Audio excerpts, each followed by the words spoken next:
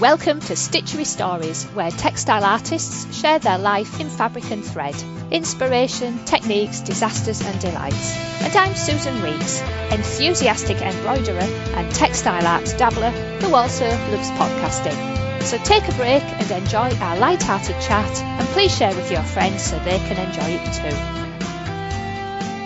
Hello and welcome to our lovely guest today, Annie Taylor. Hi Annie. Hi Sue. Right, now, those observant people amongst you may recognise that name because this is actually part 2. So last week we were speaking with Annie and Bridget Carpenter about the Profanity Embroidery Group, and to be quite honest, we had so much to talk about that really I needed to split this into 2. So today we're speaking with Annie about her very interesting stitchery story and her various, let's call them creations. We'll get onto those in a minute. So that's why we've got Annie back again. We've got this really fascinating part 2 where we continue the delightful story that's happening in Whitstable. So normally I kind of edit down the bios, but the one that Annie wrote for me is actually a lovely story in itself. So I'll just read it out as it is. So, known locally as the Mermaid Lady, I dwell in the parallel universe of fairy tales. Some of these stories are old and familiar, and some are straight from a moonlit cloud. Creating illustrative, narrative and figurative work from my attic studio, watched by seagulls and those famous Whitstable sunsets, my fabric friends grow and whisper their tales to me. Not everything goes according to plan. Since I began to make large-scale soft sculptures in 2014, they have rather taken over my life. They are familiar figures in the local area, although everyone refers to them as mermaids, regardless of the size of their feet. Old familiar stories come out at the end of the needle in a different form, and for me it is becoming more and more about these stitched stories that grow across their bodies. It wasn't the ugly sister's fault, and cinders kills the prince. There's a reason for killer heels, you know, and my feet hurt. Made from calico or increasingly old bed linen, and often stuffed with recycled duvets, they are dyed with tea for age and softness and adorned with found or inherited doilies and antimacassars. I began to make dolls from my drawings as props to photograph and redraw, and then to exhibit alongside the drawings to add interest. I wasn't prepared for the fact that people would want to buy them. A lot of the materials I use have been pre-loved. Both my partner, a restoration engineer, and myself are prone to coming home with things. People give us stuff that they don't want to keep anymore, but cannot quite bring themselves to throw away. We are trusted to breathe new life into broken objects and odd bits and pieces. He says it's as though I have art Tourette's. The things in my head just have to get out, and is very tolerant of not being able to sit down everywhere because everywhere is already occupied by my fabric friends. In another life, many moons ago, I was a secretary, and my art was confined to a hobby. In the 1980s, I worked for Zandra Rhodes and the Crafts Council before joining the Guardian Women's Page team via Hackney Probation Office. I should clarify, I worked in the office, I was not on probation. A problem with my hands, RSI, made me realise time was running out to do what I really wanted. I began arts access courses in 2000, completed an applied arts degree in 2005, ran away to the seaside and have never looked back.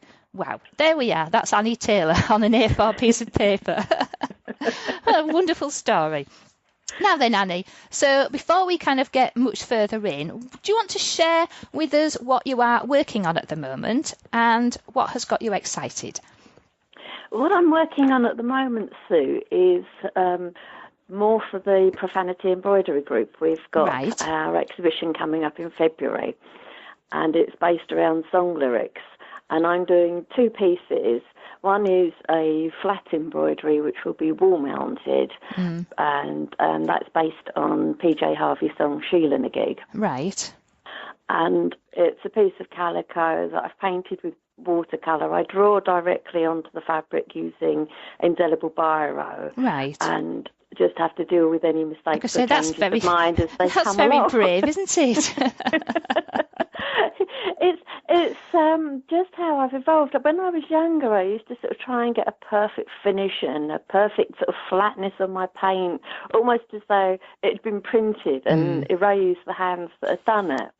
But then as I've got older, I kind of like to see more the errors and things that have gone into how it ends up. I think it adds personality to the pieces as well, doesn't it? And anyone looking at the pictures, and I've yet to decide which ones to choose, they've all got lots of personality. So yeah, we'll come on to that. Yeah, that's a really good point. Why do we want to make everything look as if it's come out of a machine? Because we're not machines, are we? So yeah, we're not. And I used to like, I like the work of William Morris. And when you look at the finished wallpapers, what's always been fascinating for me was to see the working drawings and to see how many pencil lines have gone into it, how many changes of mine, and how much work's gone into just getting that line. I think when you look at people's work and you see it in all its perfections, you can somehow imagine that that's how it came out like. Yeah, no. So it's always lovely to see the trials and tribulations that went into something. So that's one piece that I'm doing, and the other one is based on a Martha Wainwright song, which I can't name on this podcast. Yeah, I went and looked it up. No, we can't. But it's a really strong, forceful record, and it's got a great story behind it. Yes. And again, she's one of my large dolls. And one of the problems that I have when I draw my work out is they always seem to come out larger than even I intended. So she's roughly stuffed at the moment, and she's eaten 3 duvets and half a dozen pillows. That was a wonderful thing as well, that you're recycling old quilts and all the rest of it, because I've moved around a lot, and when I finally got back here, I kind of had like, why the hell have I got this massive cupboard full of duvets that I don't use, a great big thick one that it's just far too hot now, I can't cope with that one at all. I'm down onto the 5 tog thing now in the middle of winter. We all know what that means, but we do. But then you think, well, what am I going to do with it? And I hate to see them being dumped where there's other people can use them. So that's a fab way of doing them. And it also it enables me to do these sort of mad things, because I don't think I couldn't justify spending money on all the stuffing and things to make them, because they are a bit mad, and they're a bit kind of art for art's sake. I can't imagine anybody necessarily buying one of the big ones. I don't know how I'd feel about that anyway. They're part of the house, part of my family. And there is one of the images, and I think I am going to put that one in. And I was howling with laughing. There's a leg sat in a teapot or something on the stove. What's going on there? Are you painting it? That's right. I was waiting for the paint to dry. And there's a lovely shop in Margate called Story Interiors, and the owner there has got several of my smaller pieces in there. She's got one of my Siamese twin dolls that are 2-headed, and 2 of my fuller figured dolls that are sitting in her shop window being quite rude, and that was one of their legs. And we've got a wood burner stove in the kitchen, and so that everything gets used for everything. And so I had this little leg that was all painted and didn't know what to do with it, and looked at the teapot and thought, that'll do. That's excellent. So you've got your 2 pieces there for the exhibition. It is. We'll hang it on the 13th of February, and it opens on the 14th. So I've got quite a lot of work to do, and the first thing I'm going to do is take quite a lot of the stuffing out of Martha's body, because I think I've overstuffed it. Right. And it's got to be a bit more floppy and squidgy. How did you actually get interested in all of this in the first place? Embroidery and textile art, who taught you? What sort of things did you do? My mum always sewed. She was constantly doing Jacobean-style antimacassars and things like this were her favourite thing to embroider. And I come from a house where we all did stuff. I was quite horrified as I met people who didn't have paper just to draw on. My dad would take us to the dump on a Sunday morning, and we'd come back with more than we took. I'm still using old-fashioned computer printout paper that my dad got from the dump. Yeah, brilliant. We used to have that. Mum had a friend. Same thing. We always had piles of this stripy paper to draw on. Turn it over. It's marvellous. And it just gives you that freedom to experiment and do things. So we were a bit like that with fabric. I don't know where this stuff just used to appear from. And Mum used to make our clothes. She had a really bad jumble sale habit. Oh, yeah. And yeah, she'd buy sounds stuff, familiar. come home, remake us. So we had coats and skirts and things made out of old curtains. Yeah. And as we grew, she'd just put a different colour band on the bottom. I was seriously embarrassed quite often. We used to get the cardigan where she'd ran out of wool in a particular colour and it wasn't worth buying another ball, or she had no money to buy another ball, so then she found something else. So you'd have a red jumper and then randomly around the back of the neck there would be this like pink bit or green or whatever the hell it was, just because then it was... Same sort of thing. Character building, I suppose they'd call it now. So so that background's creative anyway, isn't it? It is, again, having these bits and pieces and these scraps of fabric to play with. So that's where it sort of started, always having a creative And you covered family. in your bio story there about, realising time was running out and then diverted and decided to do more with your art and kind of stop calling it a hobby, I suppose, really. Well, that's it. It was really had problems with my hands and I had very limited use, but a very minor movement in my thumb and forefinger, particularly on my right hand, to the point where I was told at one point I'd never get the use of it back. But eventually I got sent to see this amazing woman who did Pilates-based physio, and she began to get me on the road to being well again. And I just thought it was such a wake-up call. Never really having done full-time what I wanted to, so that was the beginning. So, I mean, we're kind of talking about the large stuffed dolls and your embroidery pieces, but I have seen some of the pictures you've sent me, or I've seen various places, lovely drawings as well, and your paintings. You're not just, in air quotes, a textile artist, you are an artist. I thought it was interesting how the dolls grew out of the drawings. Well, they did, yes. It wasn't something that I'd particularly planned, and the first dolls were actually made out of a couple of really horrible pillows that we were going to throw away.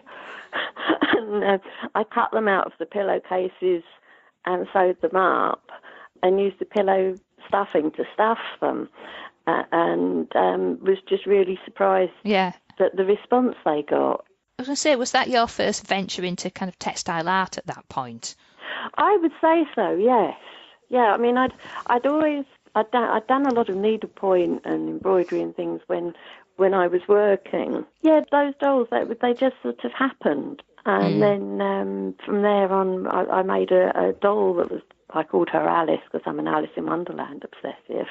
And I made a winged fairy rabbit creature and a mermaid. And so I've still got the first mermaid I made because she was a bit bonkers. They have got a certain refinement over the years now that I've made them. Yeah, so you must have quite a few now. You don't keep them all, do you? It's only the very big ones that tend to stay with me. Right. Any of vaguely sensible size do tend to get rehoused. Right. And it's rather nice. People do tend to send me photos of them once they've got to their new home. And a lot of the mermaids, people have said that they talk to them, as in the mermaids talk to them. Well, yeah, they do have a lot of personality, don't they? So I could imagine that happening, definitely. So you've mentioned about being inspired by the habit of reusing and recycling things, creativity from an early age. But do you have other major inspirations that have come to you over the years and also currently, Annie? A couple of artists that I've always admired. I mean, this one is Paula Rago, and she's just had an exhibition in Hastings, and all her work is based in stories. Right. And she's a wonderful artist in sort of pastels and charcoals, and she also gradually more and more made the props so that she could draw what she imagined. So she made the props first, and I just found that interesting when I discovered that, because it was somehow that I'd sort of, whilst I'd always liked her work, I'd liked her fairytale etchings and things like this, and I hadn't really been aware of the other side of her work. Right, okay, so that kind of mirrors in with your experience as well, doing a similar thing and enjoying what came out of that. And fairy tales is obviously a recurring theme there, isn't it? Fairy tales have been a huge thing, and again, we had lovely books when I was a child. My mum still had some of her books, and it was always the pictures that got me. Some of them beautiful as well, aren't they? They really are. And I can remember being with my dad at a friend's of his, and they sat me down and gave me this big grim fairy tale book. It was a great big green book. Yeah. And the illustrations were just flat silhouettes. And when we left, I behaved quite badly because I thought I'd been given this book. But I love the way that the fairy tales, they're so sort of steeped into our stories. We all know them, and they're an oral tradition, so we can sort of take with them and bend them around to our will. Yes. Now, you made an interesting point, I've read it somewhere, about the darker side of fairy stories. And obviously that came out when you're talking about Ugly Sisters and Cinder's killing the prince and all, and the stories coming out on the bodies of these large dolls. So that's an interesting kind of progression as well, isn't it, from the inspiration of those stories, and then you adding your own stories to it as well. That's it. And it's, again, then how that interacts with the dolls, as they're the big ones, because they're so big, their arms might be bigger than mine. And one that I'm making, she's a work in progress. I realise that people nowadays will refer to the fairy GM, meaning the fairy godmother, whereas for me the fairy GM is a bit of a no-no. It's sort of genetically modified and a bit wrong. And I started making this thing, and because I do gardening as well, there was so much bindweed, and I ended up being impressed with bindweed. I think it just covered Whitstable 2 summers ago. It's unstoppable, isn't it, the damn stuff? The house I've got now, apparently the bloke who lived here liked it and encouraged it, so you can imagine what a battle I have with the damn stuff. Oh, no! Cemetery lilies, as my mum calls them. But I found, there's so many beautiful names for it, as well as the actual sort of horrible things that it does. So one of the arms on the big bad fairy, I've just embroidered the beautiful names for the convolvulus and the horrible things that it does, like strangles and constricts. That wasn't in my original plan at all. So I start working and then just follow where they go to some degree. Yeah, so it evolves, and I think most things do. It's there's only us really who knows what something was supposed to look like, isn't it? Really, and that's when people say, "Well, what's it supposed to be?" Well, it's not supposed to be anything. It is what it is. Don't ask that horrible question. It's a really annoying question. What's it supposed to be? Hang on, don't ask that. It's awful. I hate that question. So, what would you say then? You've already said about how you use biro to shape what you're doing, and do you have other favourite techniques that have evolved as you're doing your work, and why do you like those so much? I use a lot of really tiny chain stitch because I do so much writing.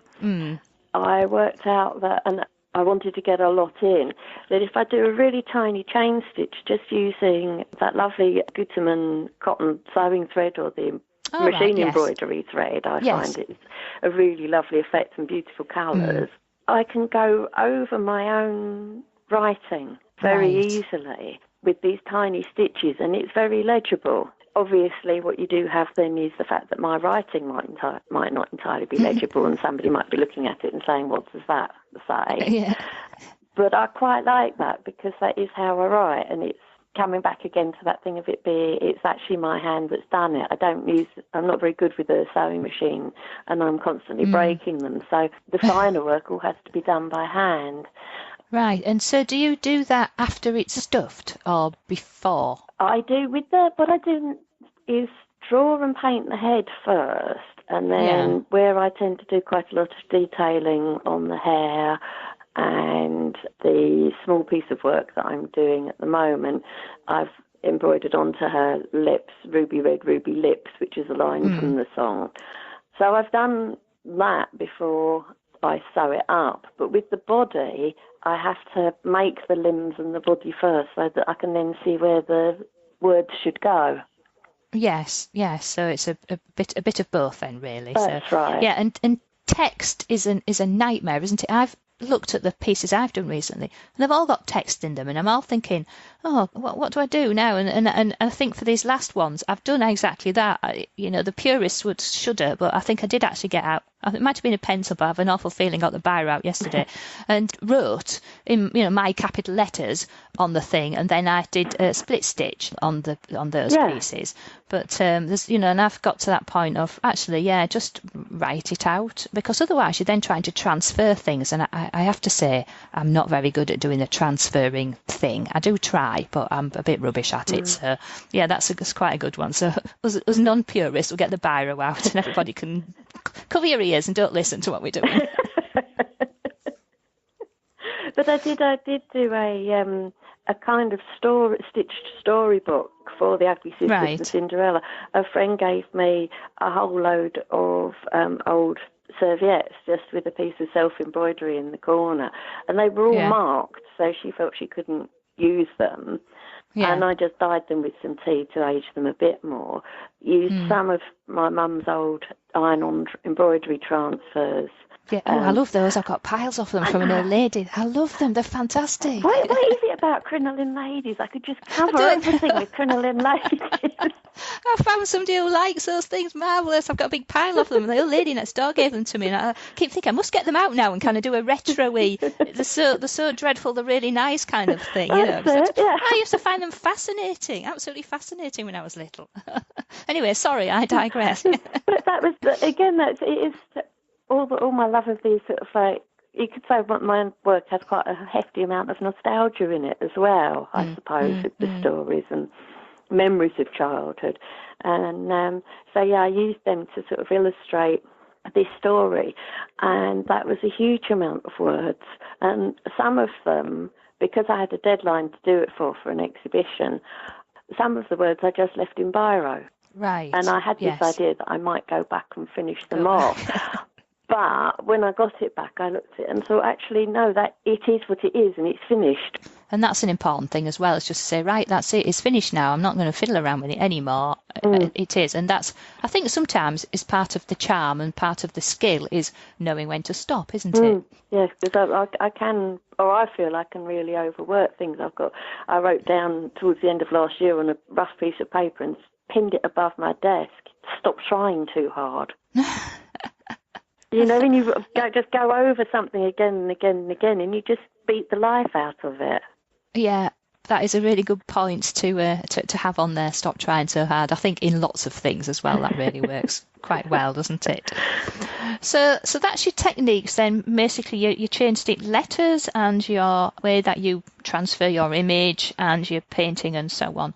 And it's interesting, I say, to know there about putting stuff on before it's stuffed and then afterwards, because it's telling you a different story, isn't it? How it wants to be worked, I guess. And that's it. One of the dolls that I did, she's got lots of quotes from Dorothy Parker and Mae West.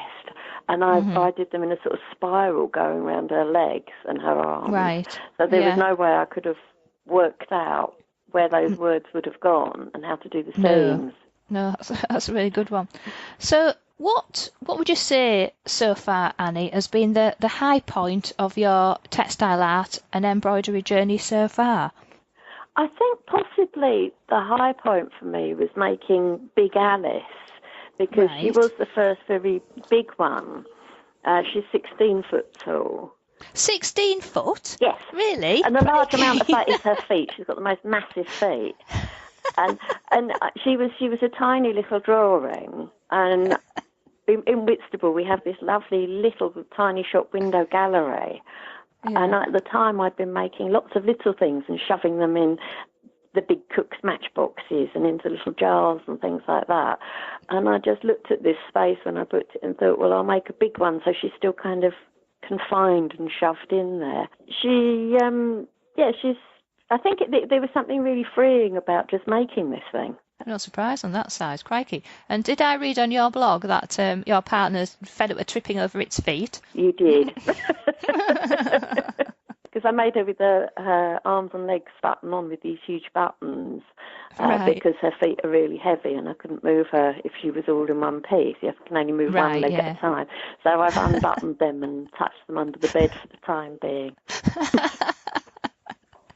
Which actually mentioning your blog reminded me that I didn't at the start mention about the different places where we can find you. But I will say all the links will be in Annie's episode on stitcherystories.com. But Annie's blog is really lovely. There's a lot of information on there, loads of illustrations and lovely storytelling as well, and very, very descriptive about what you're doing. So that just reminded me of, see, one person's ready. I've read about your partner tripping over. Thank you, Sue. The blog was meant to be a more serious sort of thing about kind of documenting my process. And then I realised that actually I tend to only write the blog as a displacement activity. All right. So, when I should be doing something else. So I've kind of given in and embraced that that's its purpose now. Yeah. Yeah. Now, what about if you have any stories of when possibly something didn't go quite as planned and was maybe a bit of a disaster, and what did you learn from that experience? Have you got anything to share with us there, Annie? One major disaster, it's not so much a stitching disaster, but one major disaster was the Stitch storybook that I did. I used the wrong form of post to send it off for this exhibition in Leeds, and it spent a month in the post office instead of being exhibited. So that was quite an interesting exercise in having done all this work and it didn't get seen. Get there. Did you know that it was or did it just disappear in a black hole? No, I knew where it was, but it was just an unfortunate episode of the person who curated the exhibition wasn't able to go and get it out because they were working, and it was just all a bit of a nightmare. But I knew it was safe, and I knew that it was going to come back at the end of the month. I just had to wait, and it would come back as a sort of homing pigeon. Yeah. But that was an absolute disaster on a sort of organised level. I was happy with the work, so that was one, and it just made me think, I've got to think differently about how I would do that in the future. And in terms of my own pieces of work, I'm slightly concerned that my big doll Martha might, at the moment, be a disaster. Surely not. She's not looking. The head's all right. It's the body just isn't right. And like I say, I'm about to unstuff her, but I'm beginning to think of Plan B because she's really not coming together as I intended. Right, you're just not feeling what's happening with Martha then? No, she's all wrong, and she was sitting on a big reclining chair, and she was hogging it, and she's just sitting completely different. I've got quite a strong idea of how I wanted this piece to be, and normally I let them go and be how they want to be, but this one we're having a bit of a fight. You're having a fight, aren't you? Yes. She was sitting in this chair with her legs all akimbo and her arms out, just taking up space, and I actually want her to be kind of quite wrapped up and holding herself in and sitting in the corner, and at the moment she's not having it, so I'm just going to take the stuffing out. Oh, well, we'll have to see what happens there then. But she might, at the moment there's a chance she might actually just be a head and no body. Oh. Wow. Well, we'll have to see what happens there then, won't we? Crikey. Now, so, do you have any of those dreaded unfinished objects lurking around anywhere? And if you do you think you'll ever finish it? Oh, gosh. Is Martha going to be a UFO? Martha could well be a UFO. The fairy GM is a UFO because I want her to be really big, and until I found somewhere to exhibit her that was big enough, I can't really carry on with the rest of her. Right. So that's just on those. And then there's always boxes. You go to get a piece of fabric and rummage in the bottom, and up comes a leg.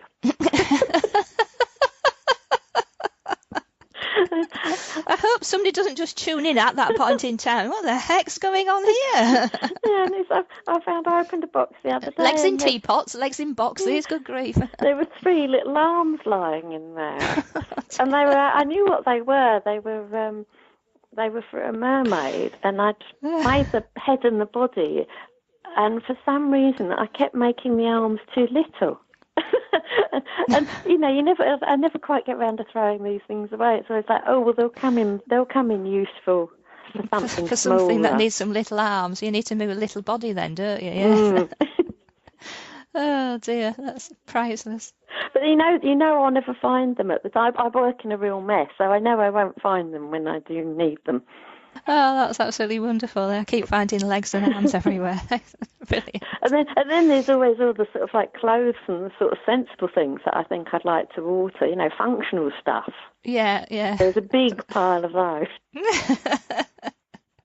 And I've also got this lovely weird sort of metal anchor that curls up really sweetly on both sides.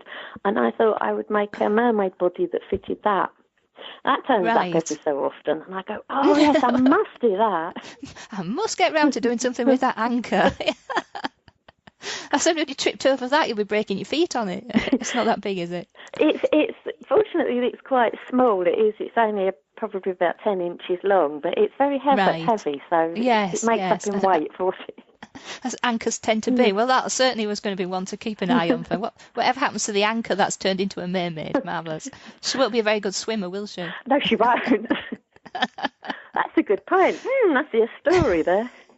Yes, the mermaid. Yeah, it is actually. There we are. It's a mermaid that was an anchor and couldn't swim. There's going to be something comes out of that, definitely. It might get round to being done now. Now it's got a story. It's got a point, yeah. you see. Yeah, marvellous.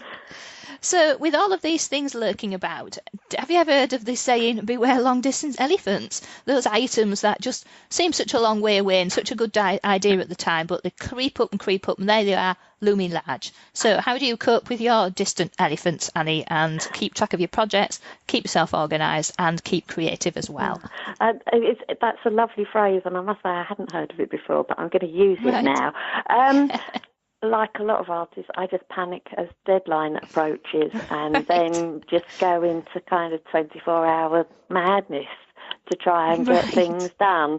I suppose what part of my coping strategy brings us back to the point we were saying earlier about knowing when something's done. Yes. I work on one thing at a time that I know has got to be done for this point. I knew I wasn't going to start working on the Profanity Embroidery Group exhibition until after Christmas because up until Christmas I was mostly making Little Mermaid for sale. Right, yes, yes. So I do have a vague calendar in my head, but all too often the elephant is upon me before I'm aware of it. Yeah, looking overstuffed and too large, no doubt. With stories written all over his ears. I'm going to go in there and tell Martha she's going to get turned into an elephant. To an elephant? Oh, that'll sort her out, won't it? Brilliant. So the panic of the deadline works every time for you then, Annie? It does. The only thing that kind of clarifies it all. And sometimes, I think I must have known what I was going to do all along, but it's only when the deadline's breathing down my neck that I really get to it.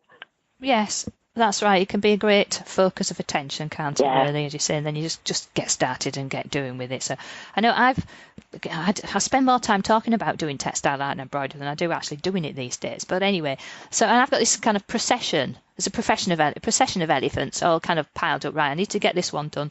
And I know one thing I've got to have done by the middle of February, and that I'm pushing it already.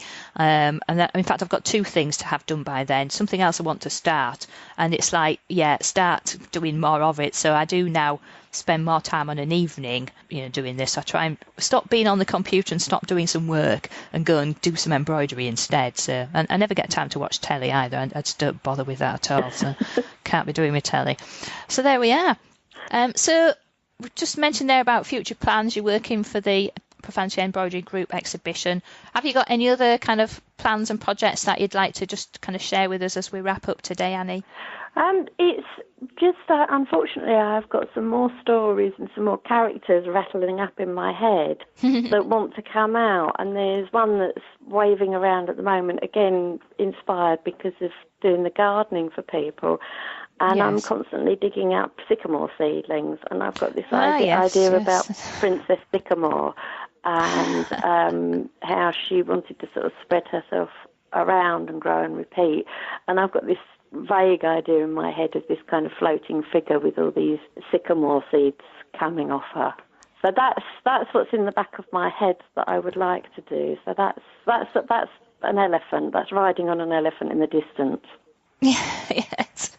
Until you decide you're going to use it for an exhibition or something, and then it'll come galloping towards you rather rapidly. That's it. That's the one. In terms of exhibitions after the embroidery group, I think the next one will probably be in June. I'll probably do something for the Whitstable Biennale again. Right, yes. Not for the main Biennale. There's a satellite project that you can become involved in. Right. I usually do something for that, so that will be the next thing in June. Brilliant. Oh, well, there you are. Plenty to keep you busy then, Annie. Yes, indeed. Fantastic. So there we are. As I say, we've got all of Annie's links. She's very busy on Instagram, Facebook, Twitter. She's got a very nice blog. So go there, go to her blog, and then you can find out more about her. And then there's links to everything else as well. But say all of Annie's links and some pieces of her work will be on the stitcherystories.com website under Annie's episode. So there we are. Well, thank you very much, Annie, for sharing your personal stitchery story with us today rather than the embroidery group we talked about last week. It's been absolutely fascinating finding more about you and your art and your large stuffed ladies. I still can't believe, is it Big Alice is 16 foot tall? That's some piece of work. Thank you so much. It's been absolutely wonderful, Annie. Thank you, Sue. It's been lovely talking to you. Great. Cheers. Cheers. Bye. If you liked this episode and want to hear more, then please join the Stitchery Stories fan club so you can get an email when a new episode is released. It's a quick and easy way of listening and of keeping up with any news and offers from our lovely guests. Please visit stitcherystories.com to join the fan club. Of course, if you have iTunes, then subscribe there to automatically get new episodes, and why not leave us a review and rating whilst you are there. So that is the end of our Stitchery story for today. So keep stitching, keep smiling, and keep creating your very own Stitchery stories.